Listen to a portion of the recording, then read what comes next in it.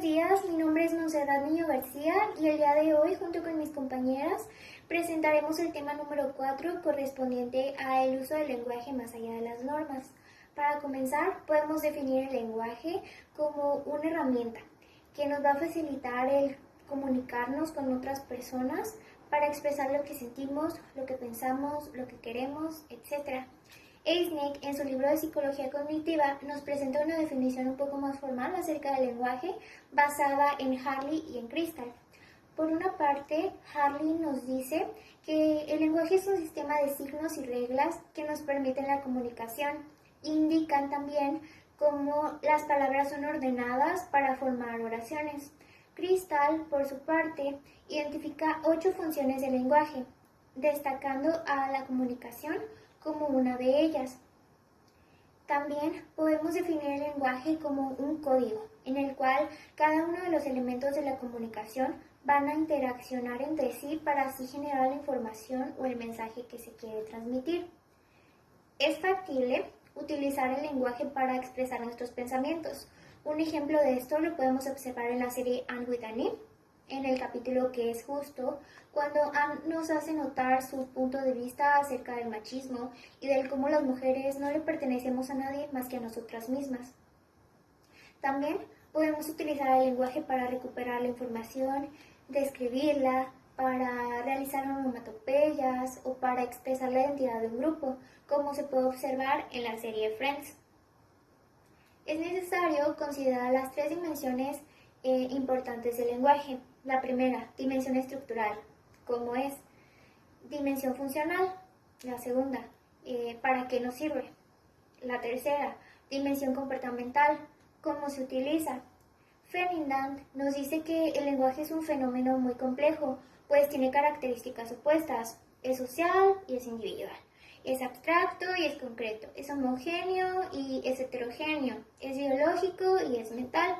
Todo esto va de la mano del mensaje que nosotros queremos transmitir y de la función del lenguaje que queremos cumplir.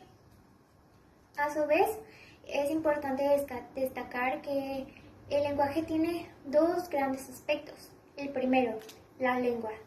Esto se refiere al sistema de signos que estamos utilizando. Y el segundo es el habla. Esto es la realización de este sistema. Constituye la expresión propia que cada uno de nosotros tenemos de la lengua. Entonces, creo que una vez aclarado esto, es más fácil si nos enfocamos en el lenguaje a través del habla. Así podemos mencionar que Montes nos dice que hay diferentes realizaciones del habla. Podría estar el lenguaje formal, que lo podemos observar en la serie How I Met Your Mother, cuando Ted decide ser profesor y se refiere a sus alumnos con este lenguaje formal. También está la jerga, que es un lenguaje informal que utilizan las personas que se desenvuelven en determinados oficios. También está el lenguaje popular, que prácticamente es el lenguaje callejero. Se puede observar en episodios de La Rosa de Guadalupe. También están los dialectos, que son variantes lingüísticas, tales como el mexicatl en la lengua náhuatl. A su vez, también se encuentran las normas, que son reglas que los grupos sociales han establecido y que se les considera de lo más adecuado. Así, podemos definir que el habla conlleva 3 puntos muy importantes. La primera, la realización normal del código lingüístico. La segunda, la realización anormal del código lingüístico. Y la tercera, los hechos que, aunque no pertenecen a la convención lingüística, se dan en el habla por las circunstancias de la comunicación. Actualmente nos encontramos frente a una tipología callejera del uso del lenguaje escrito, en donde no solo se encuentran los modismos, sino que ahora es posible ver también nuevas expresiones que transgreden la estructura formal y normativa y enfrentan al lector a un mundo nuevo de codificación y decodificación de los mensajes que se quieren transmitir. Un ejemplo de esto lo podemos ver fácilmente en la serie Victorious. El uso de la lengua es el resultado de la convención social, determinado por la herencia cultural y se adquiere de forma natural, como por ejemplo los bebés. Según el Cartea, una norma lingüística son los patrones del uso de la lengua que se aceptan como correctos cuando el hablante transmite el mensaje. Esta norma tiene un carácter impositivo, pues prácticamente nos obliga a usar reglas de la lingüística y crean en la comunidad la idea de hablar bien o de hablar mal. Comencemos con los tipos de normas lingüísticas. Tenemos como primer lugar la norma descriptiva o consuetudinaria o real. Esta comprueba la actividad de los hablantes y abre la posibilidad de diferentes clasificaciones idiomáticas.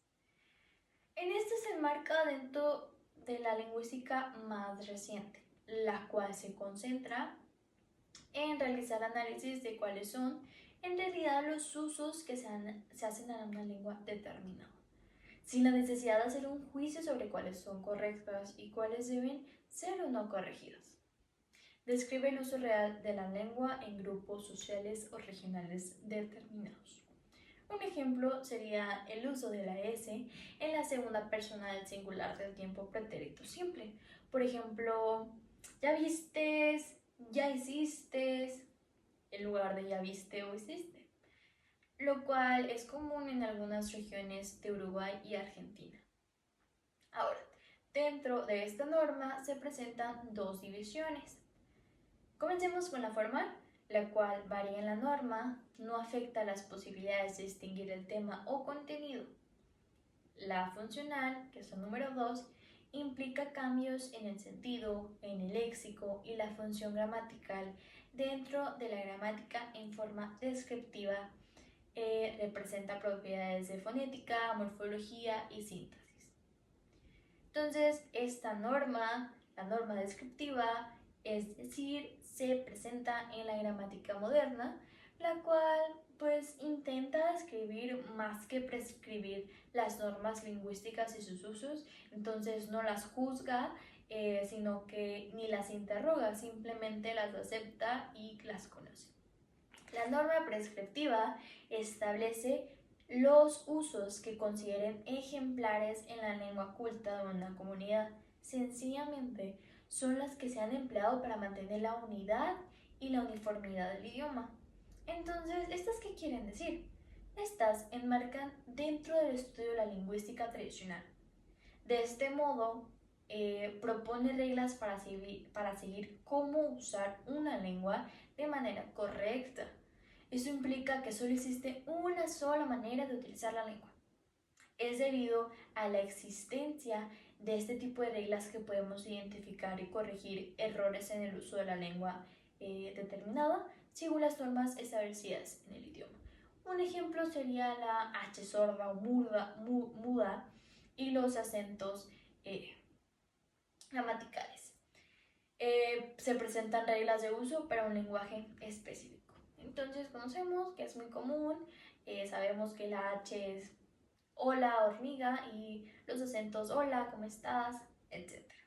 Entonces, es importante destacar que a pesar de que este tipo de norma es la que más se transmite y enseña, no necesariamente se muestra en el habla cotidiana. Por tanto, esta constituirá las normas descriptivas del dialecto castellano, que aunque están vigentes, en ocasiones son acrocónicas. Así que es difícil precisar el momento o la frontera que hay entre ambas y dónde inicia, dónde su inicio y su fin.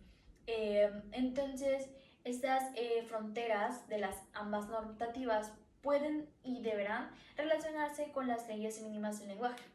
Con respecto a De Monte del 2003, ya que este señala que Emilio Alarcos, en el prólogo de su gramática de la lengua española, indica que también la gramática normativa es parte de la gramática descriptiva, como si se complementaran o como si trabajaran juntas.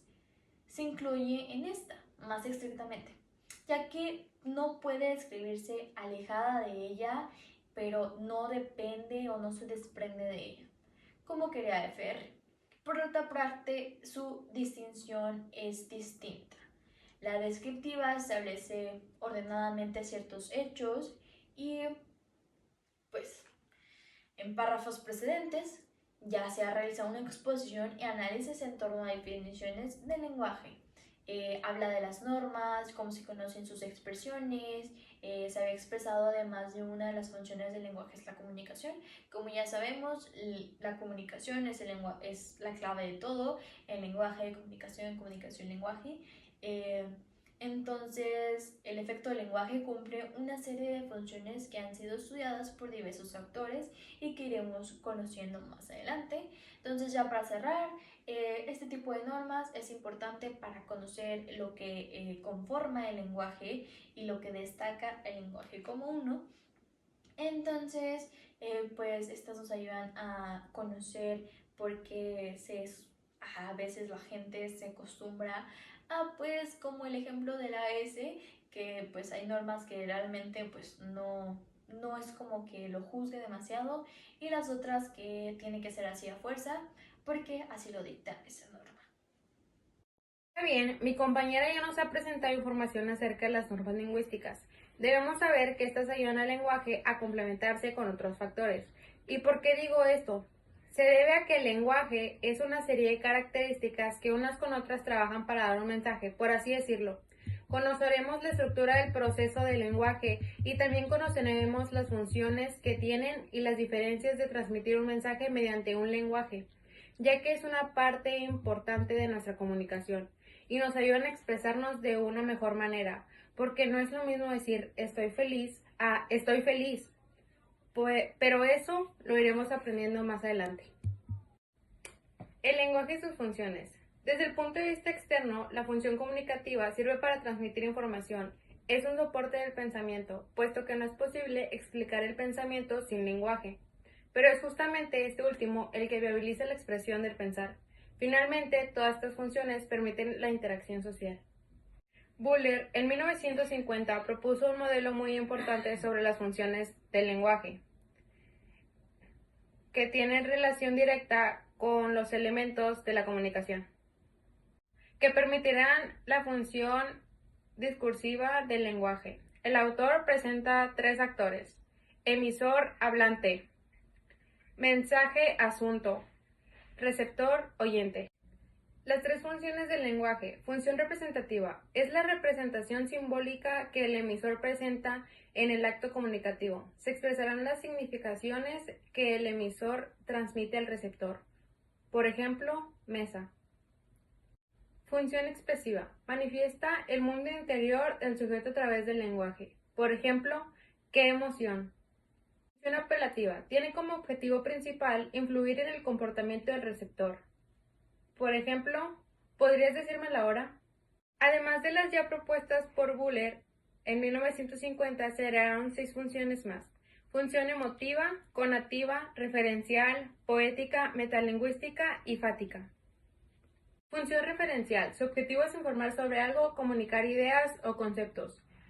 Ejemplo: los movimientos de la Tierra son rotación y traslación. Función poética. El objetivo de esta función es producir un impacto en el receptor. Ejemplo: un poema de Pablo Neruda. Función emotiva. El emisor manifiesta sentimientos y emociones. Por ejemplo, ¿qué emoción tengo? Función conativa. Tiene como objetivo llamar la atención del receptor. Un ejemplo sería: Esteban, guarda tu ropa. Función metalingüística. Tiene como objetivo analizar el lenguaje utilizando el lenguaje. Ejemplo: definir un término. Función fática. Es la función que se utiliza constantemente en toda interacción humana y el propósito de la misma es establecer el canal de comunicación para iniciarla, mantenerla o suspenderla.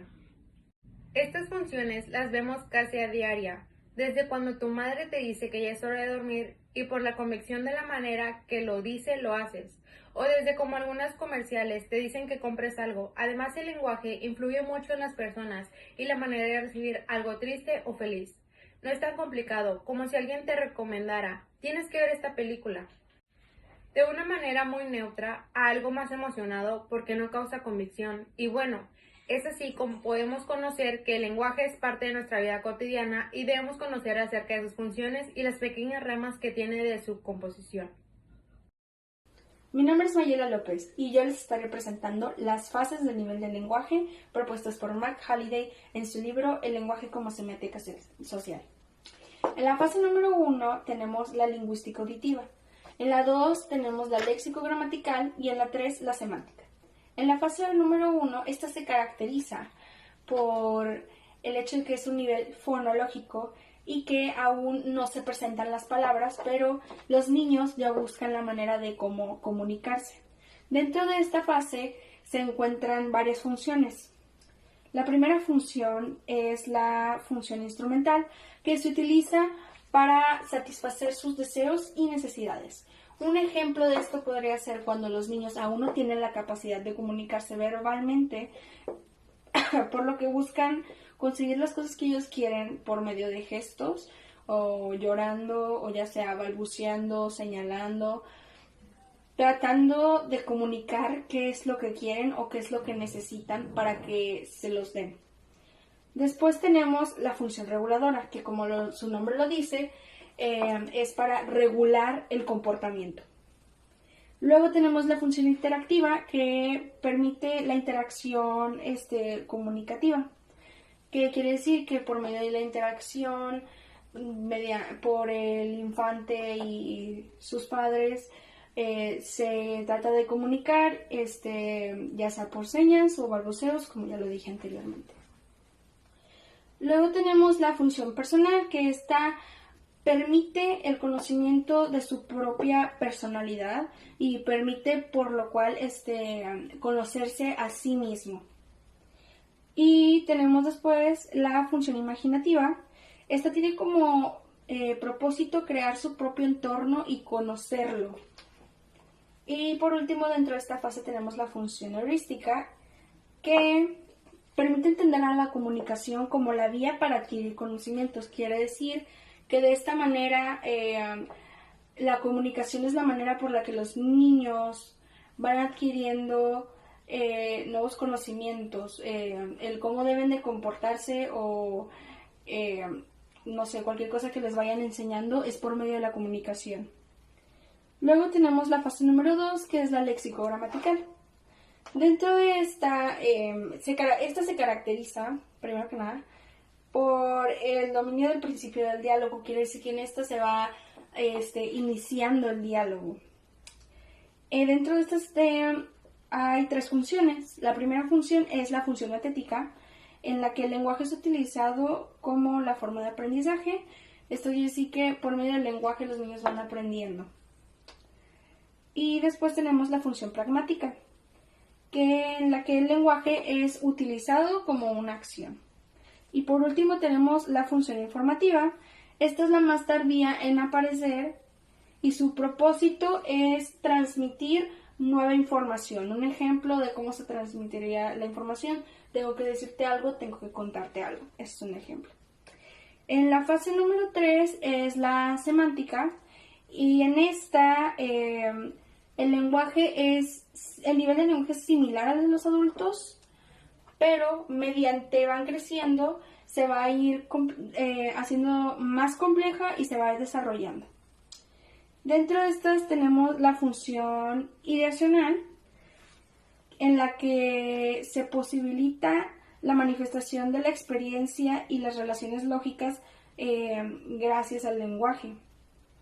Luego tenemos la función interpersonal, en la que se ubica el rol del emisor cuando se da un discurso y posibilita la interacción con los demás. De esta manera puedo poner de ejemplo cuando los padres le enseñan a los niños cómo deben de comportarse cuando están con otras personas, con otro grupo de niños, para que de esa manera los niños, cuando reciban ese mensaje y lo hayan entendido, puedan saber cómo tienen que comportarse o qué es lo que tienen que hacer cuando están con otras personas o con otro grupo de niños.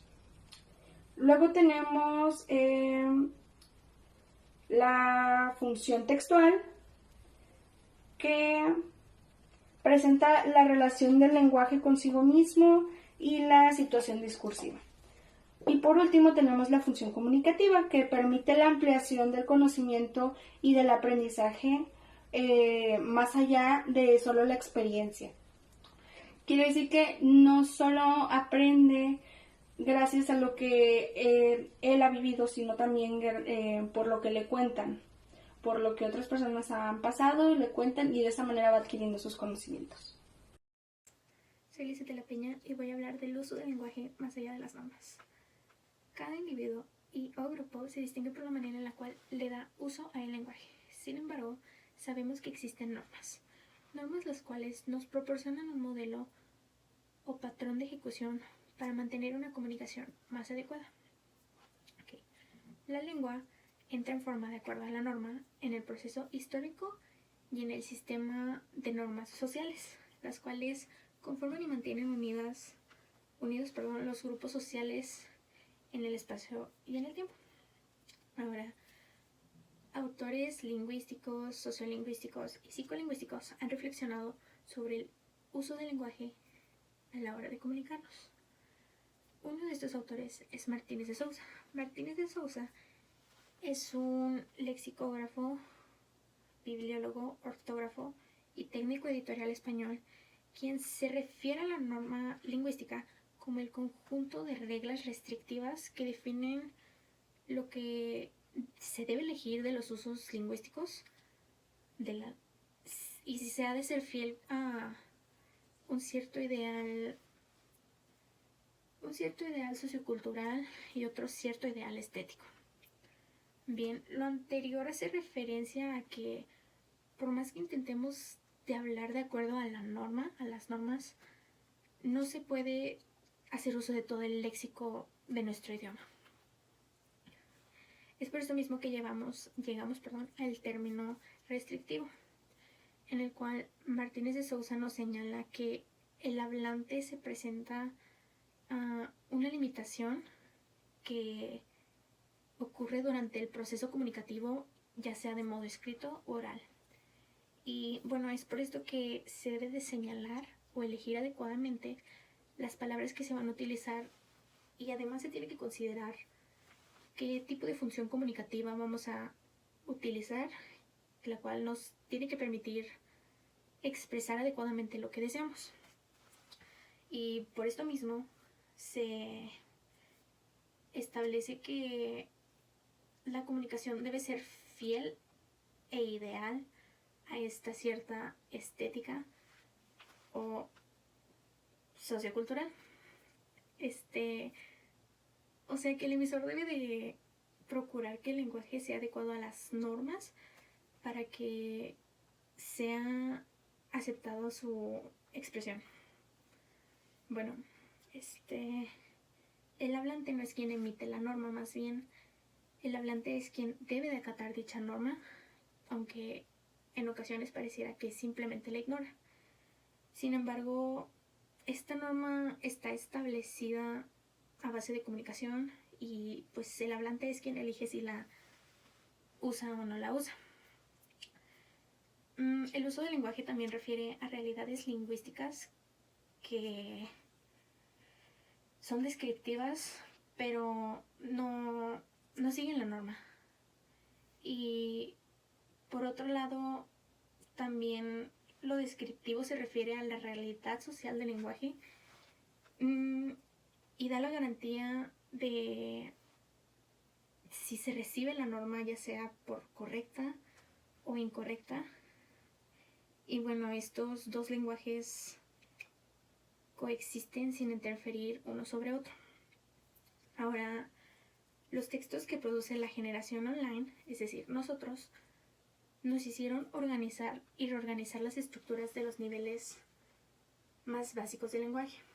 El primero de los lenguajes que hablaré es el fonológico. Este se ha alterado en su uso, desuso y abuso de ciertos fonemas y grafemas. El segundo que mencionaré es el semántico. En el semántico se hace la atribución de nuevos significados a palabras que ya existen y también se crean nuevas palabras que posiblemente se van a ir o se acomodan más al uso y utilización de una lengua viva como lo es el castellano. Un claro ejemplo de esto podría ser la palabra antro, que acorde a la RAE es una caverna, gruta o cueva. Y también en el ámbito médico nosotros conocemos la palabra antro como cavidad en un determinado órgano. Fuera de todos estos términos, también socialmente conocemos la palabra antro como un lugar al que solemos ir los fines de semana a divertirnos con amigos, a bailar y a beber. Bueno, a la primera definición que mencioné se le agregó una segunda definición.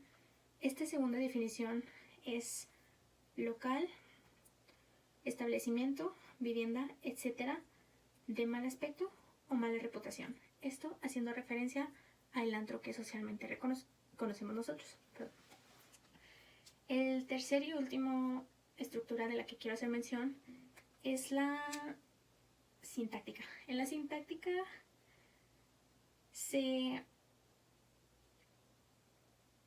¿cómo explicarlo? Las oraciones son más simples, son más básicas, sin embargo, se apegan a lo que se quiere expresar. Uno de estos ejemplos podría ser la aplicación Twitter. En Twitter solo se nos permite hacer uso de 140 caracteres. Y también anteriormente, cuando se cobraban los mensajes de texto, nuestras mamás no nos enviaban un ya llegaste completo. Por esto mismo de que se cobraban, más bien nos enviaban mensajes como ya llegaste escrito o deletreado como YGST y probablemente el signo de interrogación.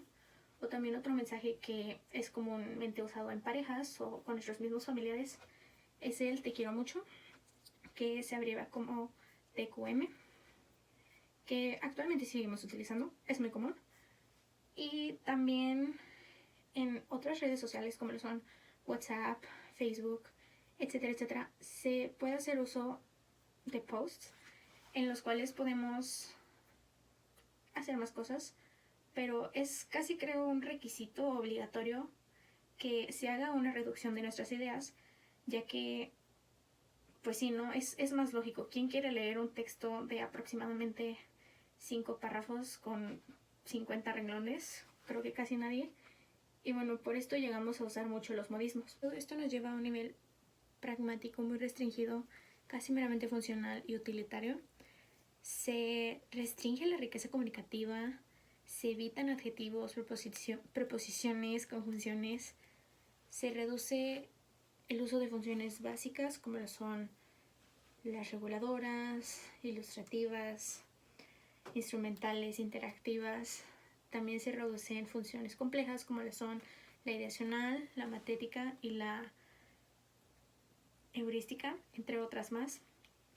Estas últimas mencionadas se reservan más para campos científicos, académicos o formales. Ya para concluir, ¿qué pasa con las normas que propone Martínez de Sousa? Las normas perversas regirán las expresiones comunicativas. Y bueno, para esto hay que mencionar que eventualmente la Real Academia de la Lengua va a tener que hacer una reestructuración y una revisión profunda en el lenguaje escrito, ya que está cambiando todo y la comunicación se debe de adecuar a estos cambios, a la nueva realidad de la sociedad que ahora está muy globalizada, además de sobrecomunicada. Y eso es todo. Muchas gracias.